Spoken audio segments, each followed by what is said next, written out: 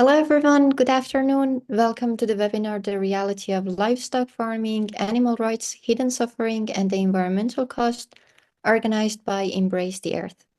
My name is Ala Memnouri. I'm a Sustainable Programs and Project Officer at Embrace the Earth, and I'll be leading this session. Today, our colleague Tunde Kekedi will speak for the next 40 minutes about the impact of the meat industry worldwide. Tunde is a lawyer with a background in data protection and a strong interest in animal welfare. She has worked on cross-European projects in both public and private sectors, including heritage and migration-related initiatives. Recently, she has focused on the ethical and legal challenges of industrial livestock farming.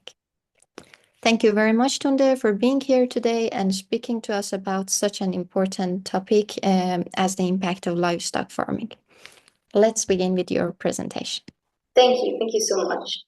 So thank you for joining, and thank you for spending your Friday afternoon with us. So let's get started. Just one moment. Yes. So my focus will be on the moral side of livestock farming and the animal rights, though I will also touch on other topics, aspects of this topic. First of all, we have to know what is industrial livestock farming. So what is the definition? So intensive or factory farming is a method of raising animals that focuses on producing the most food at the lowest cost and using the least space. So this is done by keeping large numbers of animals, such as cattle, poultry, fish, and so on, in really crowded conditions and relying on modern machinery, biotechnology, and global trade. The main products are, of course, meat, milk, and eggs for human consumption. In the next slide, you can see the scale of the industry. Nowadays, over 100 billion land animals are slaughtered every year. So this is something, it's a huge number. It means that hundreds of millions of animals are slaughtered every day. And if you can see in the graph that from 1963, when it was around 10 billion, we arrived in 2022 around 80 billion animals. So actually, it's more than 10 times more than the whole population of Earth. And how does a life of an animal look like in a factory farm? So the European Union recognizes farm animals as sentient beings, but despite of this fact, tens of billions of animals endure short, miserable lives in factory farms, where the priority is always the profit above all else. And the 74% of farm animals are in factory farms nowadays. And now I would like to talk about the different species, not all of them, but a couple of them. So let's start with the pigs. As you can see in the picture, the pigs are kept in metal crates, and these metal crates are so small that they cannot turn around. Sows spend most of their lives in these crates, moving only for breeding and nursing. Of course, this lack of space and stimulation causes a high level of stress, health issues, and abnormal behaviors like biting the bars in frustration. And this you can see in the next picture. Chickens. In factory farms are bred to grow unnaturally fast, reaching slaughter weight in just a few weeks. And this rapid growth puts extreme strain on their bodies, often leading to broken bones, organ failure, and difficulty walking.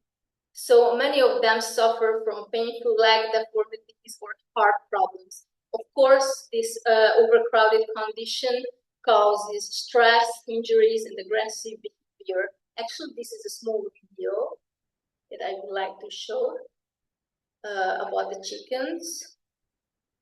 So here you can see this miserable condition, and you can also see that there is hardly feather on the bottom of the chickens. Okay. And there is another pic here about the chickens. And I don't know if anybody knows what is culling a chicken. So culling a chicken, it's a process of removing chickens from flock and killing them. And the best example is the mass killing of day-old male chicks as part of the egg production. You can see it in the picture. Because chickens are now bred separately for meat or egg production, and meat chickens, we call them broiler chickens, are slaughtered young, regardless of the sex, but male chicks in the egg industry are killed within days because they cannot lay eggs. And sometimes they are even grinned alive. So this is a really cruel procedure. Cows. The dairy cows are repeatedly impregnated to keep them producing milk. And of course, the calves are taken away shortly after birth, which causes a high level of stress for both the mother and the calf. And the male calves are usually sent to the veal farms or they are slaughtered, while the female calves are raised to continue the cycle. The intense milk production also puts a heavy strain on the cow's bodies, leading to health issues such as mastitis, lameness, and exhaustion. And here there is a short video of the cows. Yeah, you can see that this is an unnatural condition for the cows. And another picture of the milk industry. Okay, fish. So the fish, this is the silent suffering, because fish in industrial aquaculture suffer overcrowding, poor water quality, and disease. They are kept in unnatural conditions, they endure stress, injuries, and illness. So this harms both their well-being and the environment, contributing to water pollution as well. Here, this is a fish farm. So, the problem, what is the problem? The problem is that factory farms treat animals as mere products, not sentient beings. So profit is always over welfare. The conditions are really bad, overcrowded, unnatural conditions. The level of stress is really high, and also the level of disease. The fast growth harms the health of the animals. So there are many, many ethical concerns. But I also would like to mention that there are other environmental impacts also. First of all, the deforestation and land use. So the main drivers of Amazon deforestation are the cattle ranching and soy farming. Cattle ranching is responsible for the 80% of Amazon deforestation, and it's 340 million tons of carbon dioxide per year, which is 3.4% of global emissions. And all these things lead to increased fire risks, soil erosion, and river pollution. Let's see the soy farming. So soy farming expands after land is cleared by ranchers, pushes cattle deeper into untouched forests, destroys habitats and ecosystems. And the top countries involved in this whole thing are Brazil, Peru, and Bolivia. Water crisis. So according to the FAO, which is the Food and Agriculture Organization of the United Nations, agriculture uses about 70% of the world's available fresh water, with 1/3 used to grow feed for livestock. So just an example, to produce 1 kilogram of feed requires 15,000 liters of water. So it's far more than staple foods like rice or potatoes. And yeah, there is also climate change impact, because again, according to the FAO, animal agriculture generates over 14.5% of global greenhouse gas emissions. That is more than the exhaust emissions from the world's car, trucks, planes, and ships combined. And methane from cows is 25 times more potent than the carbon dioxide. And here in the graph, you can see the carbon footprint of different foods. And you can see that the beef has the largest one. And for example, like nuts, apples, lemon, root vegetables, they have the smallest one. Biodiversity loss. The global food system is the first driver of biodiversity loss. Industrial agriculture threatens 86% of endangered species. But what is fueling the crisis? Of course, the high pressure for cheaper food, which actually leads overuse of land, water, and energy. And all these things together lead to habitat destruction, massive land clearance, and soaring emissions. So what is the true cost of industrial farming? So industrial farming harms animals, but also our planet. And even animal rights don't matter to you, our planet should. So we have only one planet, right? So this is something to think about it. But also there are other sides of this topic. For example, the public health, the human cost, and social justice. So first of all, the zoonotic disease and antibiotic resistance. So factory farms create ideal conditions for viruses and germs to spread and mutate. And that's why intensive farming relies heavily on antibiotics, with 66% of global antibiotics used in livestock. So this is a huge number. And all these things lead to drug-resistant superbugs. And according to the UN and EU agencies, this could cause 10 million deaths annually by 2050. So it's really urgent to shift to sustainable farming. And here I have to mention a really sad fact, because nowadays in Hungary and Slovakia, so in the European Union, there is the foot and mouth disease epidemic.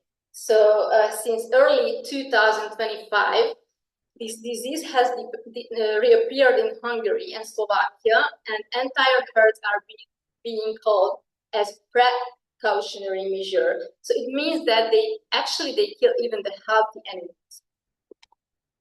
And why is that? Why the healthy animals are killed? So it's a fact that foot and mouth disease is often treatable. So they just isolate the infected animals and they monitor the other ones. But industrial meat producers opt for mass culling to keep their disease-free export certification. And this policy wipes out entire herds and small farms with them, even when they only supply local markets, because you have to know that usually small farms and farmers, they always supply the local markets and they never produce meat for export. And let's see the social justice. So the slaughterhouse workers often face low wages, trauma, and dangerous conditions. And also there's food insecurity and world hunger question, because the 80% of global soy is fed to livestock, while millions go hungry. So factory farming doesn't just exploit animals, but it harms people too. And here you can see the health risks of hormone-treated meat. Now I don't want to go in details, but you can see all these hormones on the slide, and these are really dangerous because they are highly carcinogen. They can cause different kinds of disease like breast cancer, DNA damage, infertility, immune suppression, and so on. And that's why the EU has banned the use of these kind of hormones. But what is the situation in the United States and in the Mercosur countries? So unfortunately, in the United States, the Food and Drug Administration has permitted the use of these kind of hormones. And that's why the EU banned in 1998 the import of US hormone-treated meat, and only certified hormone-free beef is allowed, and only under strict quotas. Let's see the Mercosur countries.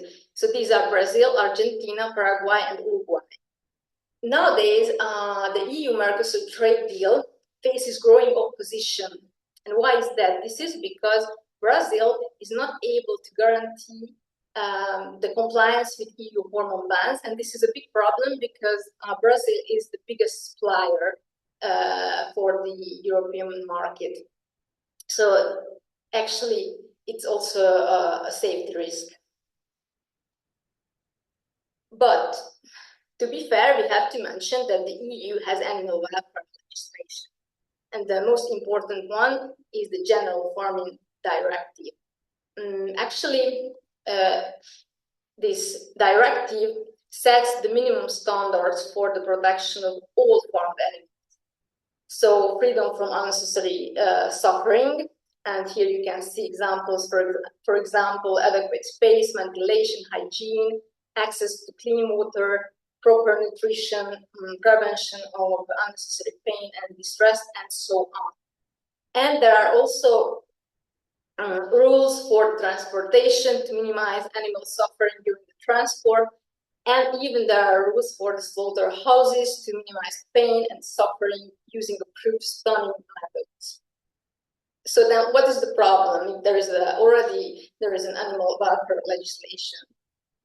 The problem is that there are many gaps in EU farm animal welfare regulations. For example, the General Farming Directive sets only minimum rules for all farmed animals, and species-specific laws exist for hens, calves, pigs, and broiler chickens, but there are no specific rules for aquatic animals or dairy cows, leaving them vulnerable to inhuman practices.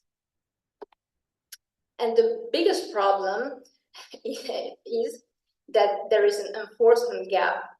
So laws exist, but it's really difficult to enforce them because of the limited sources for monitoring and compliance. And some, but I would say a lot of farmers ignore regulations without consequences, risking animal mistreatment. So what can we do? The most important is the choice of the consumers. So we are the consumers, so we have a big power in our hand, actually. I advise to reduce or even eliminate, but I don't want to convince anybody to go vegan or vegetarian. Just at least reduce the meat in our diets. And if we eat less meat, then we can afford quality meat. We can afford meat from small farms, ethical brands, and farms which are cruelty-free. We need to advocate for stronger animal protection. We have to push for bans on extreme factory farming practices.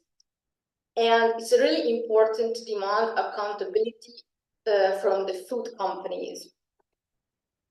Also important to educate others on the environmental impact and to support alternative food systems like regenerative agriculture. Okay, so if anybody has any questions, don't hesitate. Thank you so much, Tunde, for bringing the behind-the-scene aspect of factory farms into our review. This will definitely increase our awareness and encourage responsible consumption. Actually, I wanted to ask about the regenerative farming you just mentioned. We definitely know that this is better for animal welfare as well as environment.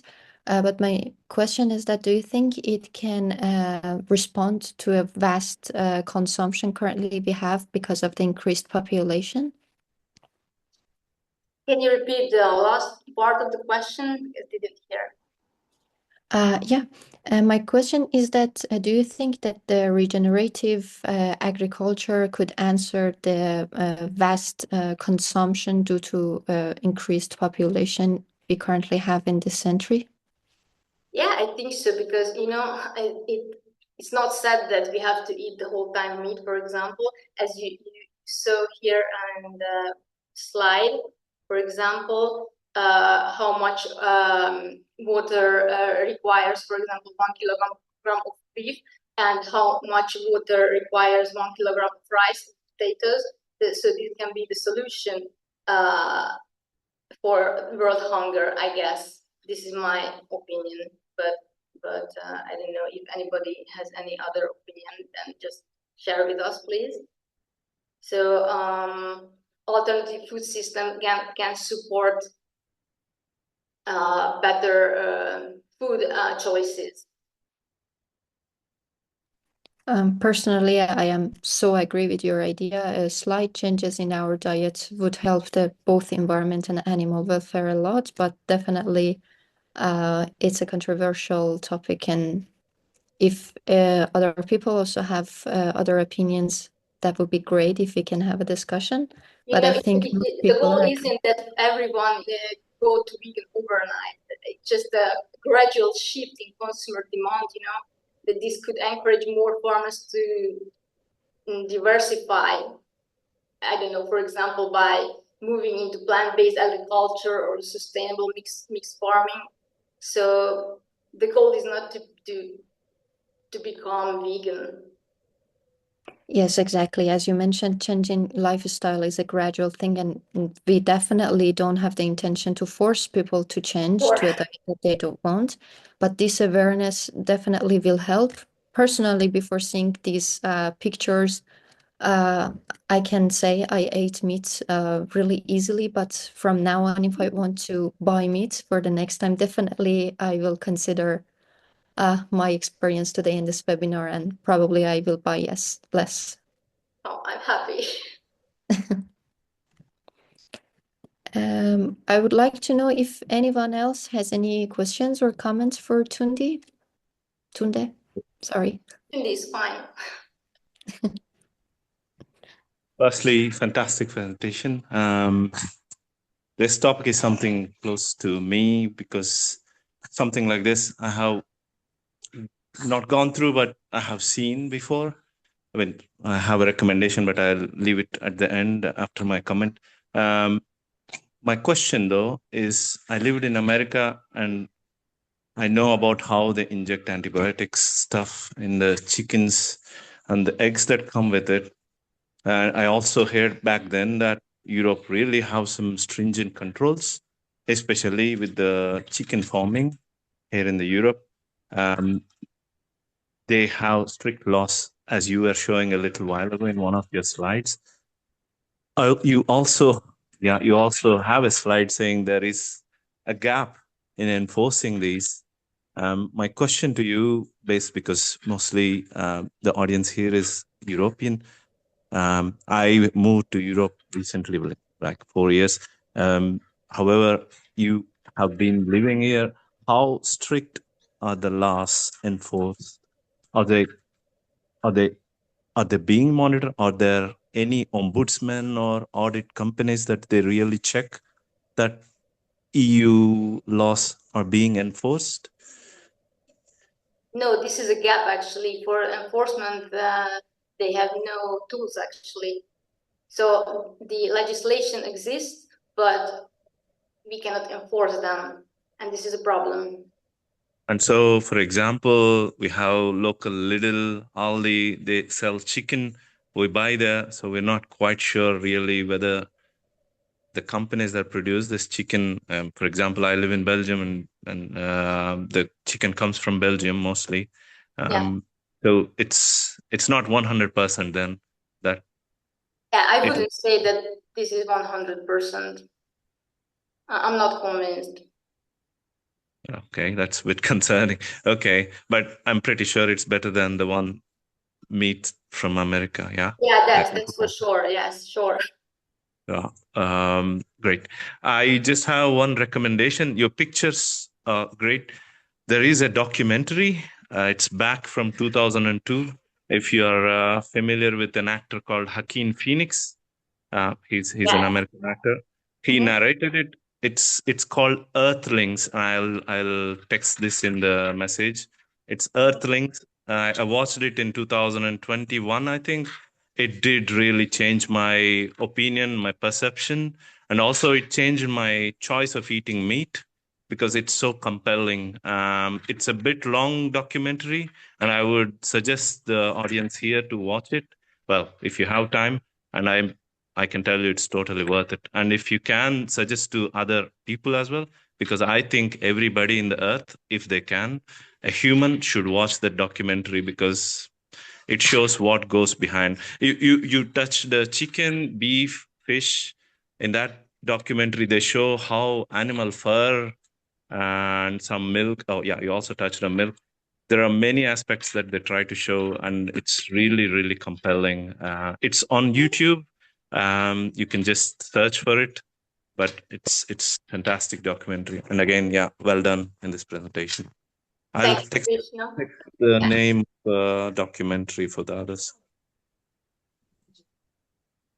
I haven't seen the film, but I will see it maybe tonight. It's yeah, thank you. And if you can suggest, if you are convinced, you can suggest to the others, because I believe everybody should see it, so that you know the world we are in and what we are consuming and what actually these producers do to really produce the meat or whatever the animal products that we consume as a part of our daily life, starting from the fur or the women's the leather related products, the meat that we eat from the sea, the chicken that we eat, beef, pork. They cover every aspect. I just texted it in the group. Yeah, you can check Okay. it. Thank you for the recommendation.